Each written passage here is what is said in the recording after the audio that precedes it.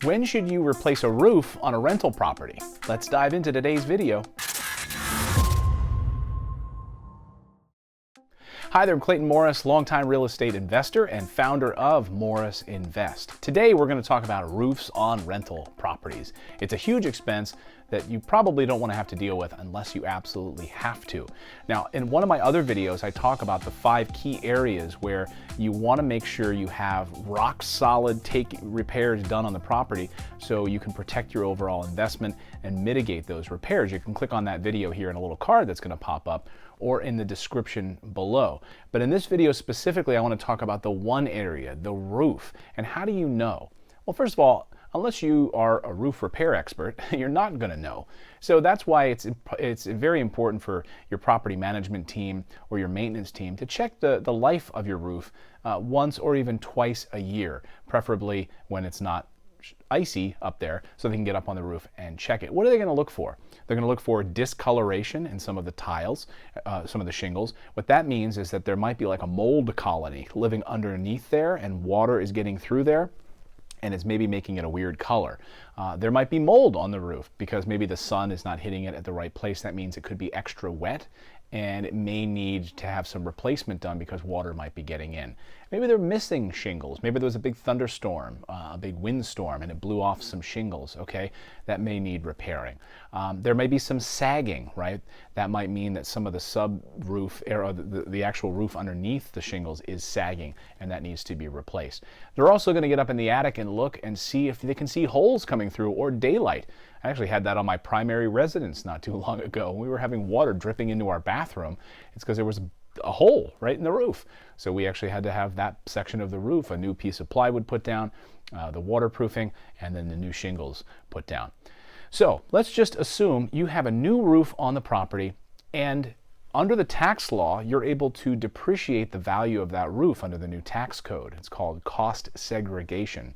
We have a whole video on depreciation, so don't worry about it now. But the IRS basically says 27.5 years. That's typically like the life of a roof. So a 30-year, you always hear the term 30-year roof thrown around. So when we put on a new roof on the house, you should expect it to last roughly 30 years.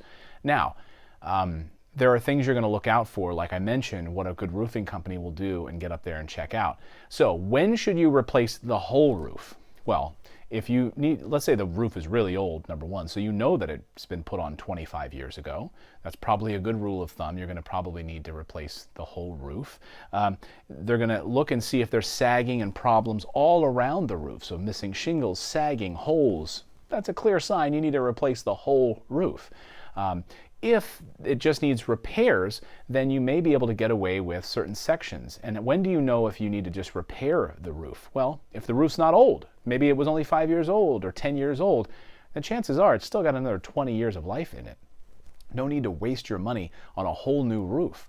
So there may just need to be put a few shingles, and those are very inexpensive for your roofer to get up there and put a few shingles down. Maybe they need to patch a particular area because it gets more sun exposure. So some of those factors, there may be water getting through a certain area. They need to replace what's underneath the shingles, the weatherproofing, and then put down new shingles. So be careful before you splurge and want to buy a whole new roof. Now, let me talk to you about overlays versus digging up and actually ripping off the old layer. Most states will allow you to put up to 3 layers of shingles. So you'll see this on a lot of older houses. You'll see one layer that was there in the 1940s, and then maybe in the 1960s they put another layer, and maybe in the 90s they put a 3rd layer. In that situation, you're probably going to have to scrape all of that off, rip off the old plywood, and put down all new wood and put down new shingles. Now that could be the most costly roof replacement that you could think of. If, however, there's one layer of shingles and the subroof is fine, they go up in the attic and they notice that the plywood is fine, there's no gaping holes coming through, then we can do what's called a roof overlay. So we can add a whole layer over top of that existing layer, and in 30 years we could do that again. So check with, obviously, your building code enforcement and check with your roofing companies. They'll be able to tell you how many layers your state lets you get away with.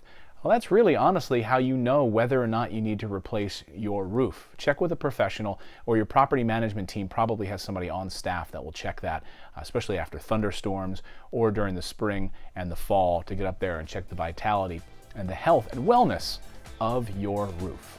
Again, click on the videos in the description below because we have a whole series on what types of repairs you should do to your rental property to really make it rock solid and to protect it against having to do major repairs and costly things like that.